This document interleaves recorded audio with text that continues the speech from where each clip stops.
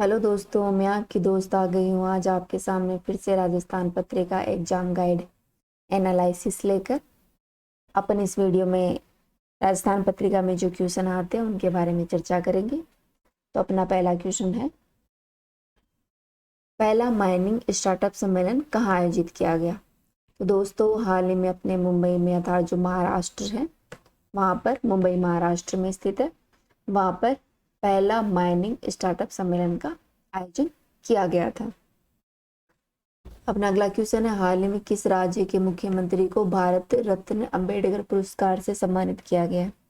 तो दोस्तों, हाल ही में जो अंबेडकर पुरस्कार है भारत रत्न वो दिया गया उत्तर प्रदेश के मुख्यमंत्री योगी आदित्यनाथ को। दोस्तों, अपन अंबेडकर के बारे में भी चर्चा कर लेते हैं। अंबेडकर जी कौन थे, इन्होंने क्या कुछ किया देश के लिए, इनकी रचनाएं क्या क्या है, उनके बारे में यहाँ पर इस वीडियो में अपन चर्चा करेंगे। दोस्तों, अंबेडकर का जन्म हुआ था 14 अप्रैल 1891 में। कब हुआ था? 14 अप्रैल 1891 में हुआ था। और इनकी डेथ हुई थी 6 दिसंबर 1856 में। दोस्तों, इन्हें बाबा साहेब अंबेडकर के नाम से भी जाना जाता है। ये भारतीय समाज सुधारक थे, इसके साथ ही विधिवेता थे, अर्थशास्त्री, राजनीतिज्ञ और बहुज्ञ प्रतिभा के धनी थे। दोस्तों, इन्होंने दलित बौद्ध आंदोलन से प्रेरित होकर अछूतों अच्छा जो दलित लोग थे, जिन्हें गांधी जी ने हरिजन भी कहा था, के प्रति जो सामाजिक भेदभाव होता था उनके विरुद्ध इन्होंने बहुत सारे अभियान चलाए थे। साथ ही इन्होंने श्रमिकों, किसानों और जो महिलाएं होती थी उनके जो अधिकार हैं उनकी बात की थी। ठीक है दोस्तों, वे स्वतंत्र भारत के प्रथम विधि और न्याय मंत्री थे। ध्यान रखना, अंबेडकर जी थे वो स्वतंत्र भारत के पहले विधि और न्याय मंत्री थे। साथ ही इन्होंने जो भारतीय संविधान बना था उसका जनक भी कहा जाता है। किसे कहा जाता है? अंबेडकर को भारतीय संविधान का जनक भी कहते हैं। और ये जो भारतीय गणराज्य था जिसका निर्माण किया गया था स्वतंत्रता के बाद, कैसा अपना संविधान हो, कैसा भारतीय गणराज्य हो, इसके निर्माण में अंबेडकर ने अपना एक महत्वपूर्ण रोल किया था। ठीक है दोस्तों, अंबेडकर विपुल प्रतिभा के छात्र थे। इन्होंने कोलंबिया विश्वविद्यालय है उससे स्टडी की थी। साथ ही इन्होंने लंदन स्कूल ऑफ इकोनॉमिक्स से भी जो इकोनॉमी है उसमें डायरेक्टर की उपाधि प्राप्त की थी। ठीक है, किसमें? इकोनॉमिक्स में, अर्थशास्त्र जो इकोनॉमिक्स डिग्री है वो ली थी। कहाँ से ली थी? कोलंबिया यूनिवर्सिटी से और लंदन स्कूल ऑफ इकोनॉमिक्स से। साथ ही इन्होंने विधि, अर्थशास्त्र और राजनीतिक विज्ञान में भी रिसर्च का कार्य किया था। ठीक है, ये बहुत ही पढ़े लिखे व्यक्ति थे।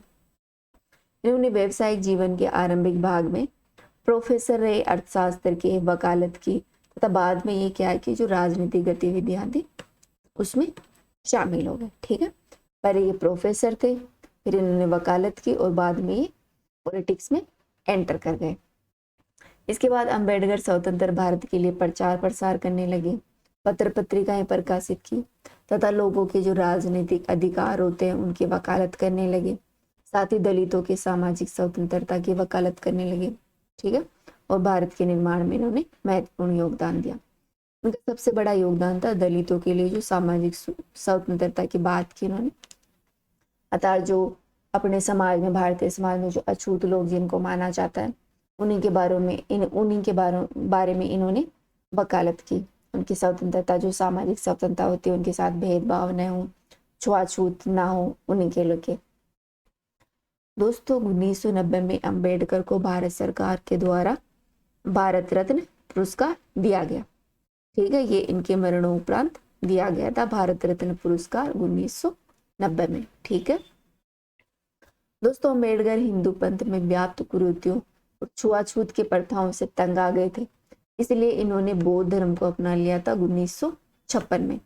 बता दें कि जो डेथ हुई थी उसी साल इन्होंने बौद्ध धर्म को अडॉप्ट कर लिया था।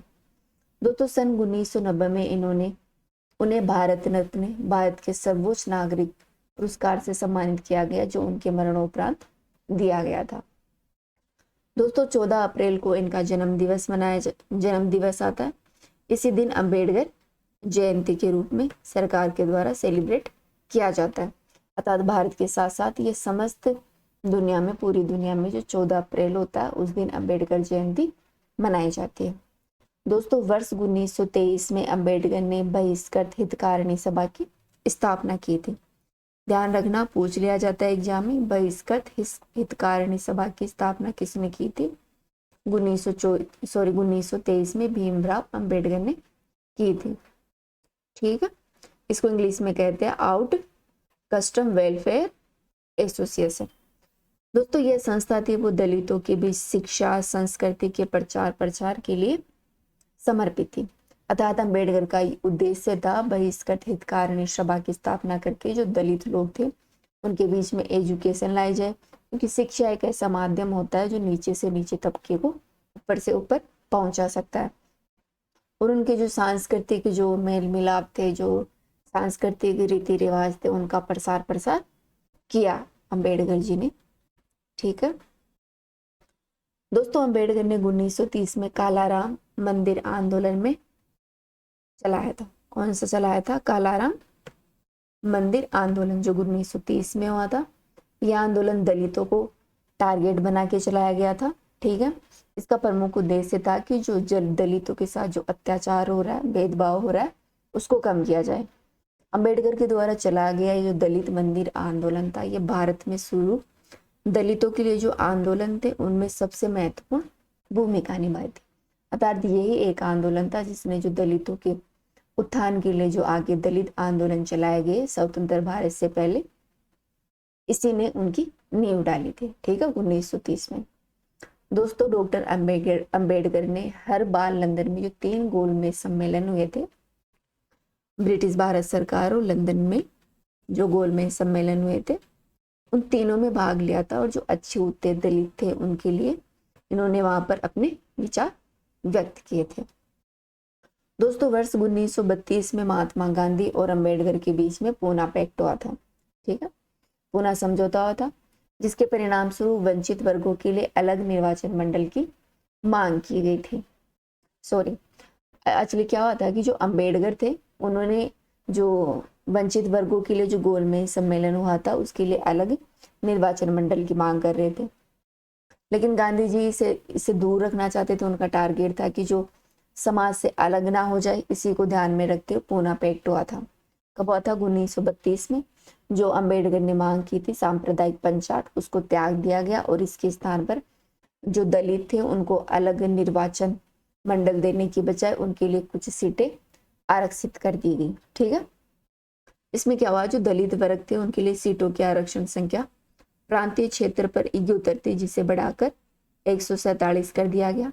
और केंद्रीय विधानमंडल थी उनकी कुल सीटों का यह 18% था। ठीक है, ये फैक्ट ध्यान रखना। सांप्रदायिक पंचायत क्या है और पूना पैक्ट क्या है? पूना पैक्ट हुआ था महात्मा गांधी और अंबेडकर के बीच में 1932 में। ठीक है, और इन्होंने जो सांप्रदायिक पंचायत था उसमें अलग निर्वाचन की मांग की थी, लेकिन जो पूना पैक्ट हुआ था उसके तहत इसे छोड़ दिया गया और जो दलित वर्ग थे उनके लिए जो सीटें थी वो अलग से आरक्षित कर दी गई। दोस्तों अंबेडकर ने वर्ष 1936 में स्वतंत्र लेबर पार्टी की स्थापना की थी। कौन सी पार्टी है? स्वतंत्र लेबर पार्टी। ध्यान रखना, ये पार्टी पूछ ली जाती है। ये पार्टी किसके द्वारा स्थापित की थी? 1936 में अंबेडकर जी के द्वारा। वर्ष 1939 में द्वितीय वर्ल्ड वार शुरू हो गया था, तो अंबेडकर ने बड़ी संख्या में नाजीवाद को हराने के लिए भारतीय सेना को सेकेंड वर्ल्ड वार में शामिल होने का आह्वान किया था। वैसे मोस्टली भारतीय सैनिक है वो सेकेंड वर्ल्ड वार में शामिल नहीं हुए थे। दोस्तों 14 अक्टूबर 1956 को इन्होंने इनके जो बहुत सारे अनुयायी थे उनके साथ मिलकर इन्होंने बौद्ध धर्म को अडॉप्ट कर लिया था। और उसी समय इन्होंने अपनी एक लेखन कार्य किया था। इनका जो अंतिम पुस्तक थी वो थी बुद्ध एंड हिज धर्म। ठीक है, इनकी ये पुस्तक थी जिस साल इन्होंने बौद्ध धर्म को अडॉप्ट किया था। दोस्तों इसके अलावा जो अंबेडकर की पुस्तकें है उनके बारे में देखा जाए तो एक इनकी पुस्तक थी मुकनायक, जो कि 1920 में आई थी। इसके अलावा एनिहिलेशन ऑफ कास्ट 1936 में आई थी। द अनटचेबल्स 1948 में, और बुद्ध और कार्ल मार्क्स 1956 में लिखी गई इनकी प्रमुख पुस्तक थी। ठीक है, ध्यान रखना कौन कौन सी पुस्तक लिखी थी इन्होंने। Buddha and his Dharma, Mooknayak, annihilation of caste, the untouchables, Buddha और कार्ल मार्क्स। ठीक है दोस्तों, अम्बेडकर ने 14 अप्रैल 1990 से 14 अप्रैल 1991 की जो अम्बेडकर साहब थे उनकी याद में उनको याद रखने के लिए सामाजिक न्याय वर्ष के रूप में मनाया गया था सरकार के द्वारा। कब अपनाया गया था? 1990 से 91 के बीच में, 14 अप्रैल से 14 अप्रैल का बीच जो समय था वो सरकार के द्वारा सामाजिक न्याय वर्ष के रूप में मनाया गया था। दोस्तों, भारत सरकार द्वारा अम्बेडकर फाउंडेशन को सामाजिक न्याय अधिकारिता मंत्रालय अर्थात जो ministry of social justice and empowerment है के तत्वाधान में 24 मार्च 1942 को सोसाइटी पंजीकरण अधिनियम है जो अपना 1860 है उसके तहत एक पंजीकृत सोसाइटी के रूप में स्थापित किया गया था। दोस्तों, इस फाउंडेशन का उद्देश्य है बाबा साहेब अम्बेडकर की जो विचारधारा है, उनके जो संदेश है वो भारत के साथ साथ विदेशों की जनता है, युवा है, उनके द्वारा पहुंचाना, कार्यक्रमों का आयोजन करना और जो विभिन्न गतिविधियां होती हैं उनके द्वारा, इस फाउंडेशन के द्वारा अम्बेडकर की विचारधारा को पूरे विश्व में युवाओं को पहुंचाने का कार्य किया जाता है। दोस्तों, नेक्स्ट क्वेश्चन है, किस संस्थान ने बीमारी का पता लगाने के लिए सेंसर से लेस फेस मास्क बनाए हैं? तो दोस्तों, हाल ही में जो अपना बिट्स पिलानी है जो कि राजस्थान के झुंझुनू में स्थित है, इसी ने सेंसर से लेस एक फेस मास्क का निर्माण किया है। चर्चा कर लेते हैं अपन बिट्स पिलानी के बारे में। तो दोस्तों, बिट्स पिलानी का पूरा नाम है बिड़ला प्रौद्योगिकी एवं विज्ञान संस्थान। ठीक है, क्या नाम है? बिड़ला प्रौद्योगिकी एवं विज्ञान संस्थान। दोस्तों, यह संस्था भारत के सबसे पुराने और अग्रणी जो प्रौद्योगिकी इंस्टीट्यूट है, टेक्निकल संस्थान है, उनमें से महत्वपूर्ण है। दोस्तों, यह राजस्थान की बिट्स जो पिलानी है, पिलानी जो झुंझुनू है वहाँ स्थित है। इसके अलावा इसके कैंपस है गोवा में, हैदराबाद में और दुबई में भी है। एक विदेश में भी है, दुबई में, सऊदी अरेबिया में, ध्यान रखना। दोस्तों, ये संस्थान पूर्णतः स्वपोषित है और आवासीय है, अर्थात इसका जो खर्चा वर्चा होता है वो बिट्स पिलानी खुद ही अपने तरीके से करती है। ठीक है दोस्तों, यह संस्थान है, इसका निर्माण किया गया था घनश्याम बिड़ला द्वारा 1929 में। किसके द्वारा किया गया था? जो अपना ध्यान रखना, ये घनश्याम बिड़ला है, 1929 में बिट्स पिलानी की स्थापना की थी एक इंटर कॉलेज के रूप में। दोस्तों, जब सेकेंड वर्ल्ड वार चल रहा था उस समय भारत सरकार के जो रक्षा सेवाओं और जो उद्योग के लिए जो तकनीकी आपूर्ति की जाती थी वो पिलानी के द्वारा शुरू की गई थी। जो बिट्स पिलानी कॉलेज था उसके द्वारा, इनके द्वारा जो तकनीकी प्रशिक्षण होता था वो दिया जा रहा था। दोस्तों, 1946 में यह बिड़ला इंजीनियरिंग कॉलेज में इलेक्ट्रिकल एंड मैकेनिकल इंजीनियरिंग में डिग्री कार्यक्रमों से परिवर्तित कर दिया गया तथा 1964 में बिड़ला कॉलेजों कला, वाणिज्य, इंजीनियरिंग, फार्मेसी और विज्ञान के बिड़ला इंस्टीट्यूट ऑफ टेक्नोलॉजी और साइंस बिट्स के रूप में मिला दिया गया था। अगला क्वेश्चन है, इटालियन ओपन 2023 के विजेता कौन रहे? तो दोस्तों, में हाल ही में यह मैच हुआ था, उसके विजेता रहे डेनियल मेदवेदेव। ठीक है दोस्तों, 2023 में इटालियन ओपन एक पेशेवर टूर्नामेंट का आयोजन किया गया जो इटली के रोम में फोरो इटालिको में आउटडोर क्ले कोर्ट में खेला जाता है। इस बार इटालियन ओपन का जो संस्करण था वो 80वां संस्करण था। कौन सा? 80वां। दोस्तों, डेनियल मेदवेदेव ने 2023 का इटालियन ओपन के फाइनल में होगलर रूनो को 7-5 से हराया। किसको हराया? होलगर रूने को। ठीक है, दुनिया के दूसरे नंबर के खिलाड़ी मेदवेदेव ने अपना पहला क्ले कोर्ट खिताब और छठा एटीपी मास्टर्स 1000 खिताब जीता है। इसके अलावा इस मैच में एकल पुरुष में तो जो विजेता रहे वो डेनियल मेदवेदेव रहे। एकल महिला विजेता रही एलेना रिबाकिना। कौन? Elena Rybakina. और पुरुष युगल में विजेता रहे ह्यूगो नास और जॉन जिलिंस्की, तथा महिला युगल में विजेता रही स्टॉर्म्स सैंडर्स और एलिस मेर्टस। ठीक है, मेर्टेस। अगला क्वेश्चन है, नागौर के जिले में बुटाटी गांव किस संत का जन्म स्थान है? मेरे हिसाब से बुटाटी गांव तो सबको पता होगा कहाँ है। तो दोस्तों बुटाटी गांव है वो नागौर में स्थित है। ये जन्म स्थली है संत चतुरदास की। दोस्तों यहाँ पर क्या होता है, जिन लोगों को लकवा आ जाता है उन्हीं का यहाँ पर इलाज किया जाता है। अर्थात यहाँ पर कोई झाड़ा वगैरह दिया जाता है, उसमें इतनी ताकत है कि लोग सही हो जाते हैं। ठीक है, ये इस चीज के लिए प्रसिद्ध है बुटाटी। यहाँ पर लकवाग्रस्त लोग आपको बहुत सारे मिल जाएंगे। यहाँ पर 3 दिन का ट्रीटमेंट चलता है और सुबह सुबह झाड़ा लगता है, वो लोग ठीक भी हो जाते हैं। मतलब यहाँ पे बहुत बड़ी मान्यता है, बहुत अच्छा पैलेस है। अगर किसी के लकवा आ जाता है तो आप सजेस्ट कर सकते हैं बुटाटी गाँव। बात बताऊँ तो मेरे फूफा जी को भी आ गया था, उनको वहाँ पे लेके गए थे, वो आज ठीक है, एकदम ही ठीक है। मतलब मानना पड़ेगा कि हाँ यहाँ पे कुछ ना कुछ तो अद्भुत शक्ति है। दोस्तों यहाँ पर जो संत दे रखे हैं उनके बारे में भी अपन चर्चा कर लेते हैं। दोस्तों संत रामदेव जी, रामदास जी, इनका जन्म हुआ था 1726 ईस्वी में जोधपुर के बिक मकोर में। ठीक है, जोधपुर में आता। ये मेघवाल जाति के थे। इनके पिता का नाम शार्दुल जी था और माता का नाम अणमी था। ठीक है, इनके गुरु का नाम संत हरि रामदास जी। कौन थे? संत हरि रामदास जी। दोस्तों जो संत रामदास जी हैं वो राम स्नेह संप्रदाय की जो खेड़पा शाखा है जोधपुर वाली, उसके प्रवर्तक माने जाते हैं।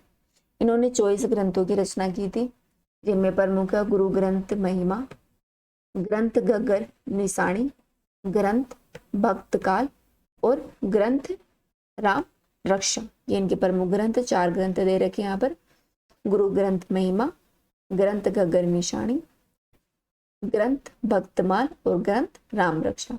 दोस्तों इनकी मृत्यु हुई थी 1798 में खेड़पा में हुई थी, जहां पर इन्होंने राम स्नेह संप्रदाय की जो प्रवर्तक शाखा थी उसकी स्थापना की थी जोधपुर में।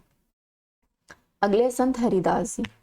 दोस्तों संत हरिदास जी का जन्म हुआ था 1452 ईस्वी में कापड़ोद डीडवाना नागौर में हुआ था। कहाँ हुआ था? डीडवाना नागौर में गांव था कापडोद। दोस्तों ये संत बनने से पहले एक डाकू थे। इन्होंने निरंजन संप्रदाय की स्थापना की थी।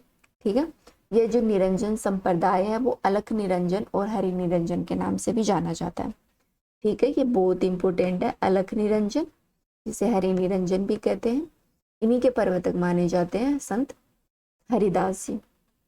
दोस्तों ये जो दादू दयाल थे उनके शिष्य थे, निर्गुण भक्ति के उपासक थे। अर्थात ये ब्रह्मा को ही सब कुछ मानते थे। जो निर्गुण भक्ति के लोग होते हैं वो ब्रह्मा और आत्मा को एक मानते हैं।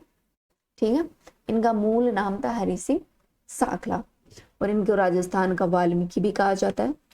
ठीक है, इनके जो उपदेश दिए थे वो 2 पुस्तकों में संग्रहित है। एक तो है मंत्र राज प्रकाश और हरिपुरुष जी की वाणी। ध्यान रखना कौन कौन सी है, मंत्र राज प्रकाश और हरिपुरुष जी की वाणी। दोस्तों इनकी मृत्यु हुई थी गाढ़ा नागौर में।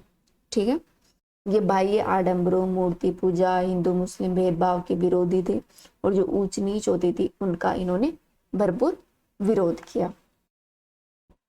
अगले संत आ जाते हैं नवलदास जी, जिनका जन्म जोधपुर में हुआ था और इनकी रचना का नाम क्या है? नवल समन्वर अनुभव वाणी। ठीक है, अगला क्वेश्चन है अपना, मध्य प्रदेश खाद्य ग्रामोद्योग बोर्ड का कार्यालय कहाँ स्थित है? तो दोस्तों इसका कार्यालय भोपाल में स्थित है। अपन देख सकते हैं कि जो राजस्थान पत्रिका जो क्वेश्चन कवर करता है उसमें एक ना एक क्वेश्चन तो हमेशा मध्य प्रदेश से उठाया गया होता है। ठीक है, तो आज के वीडियो में इतना ही। नेक्स्ट वीडियो में फिर मिलेंगे। Thank you.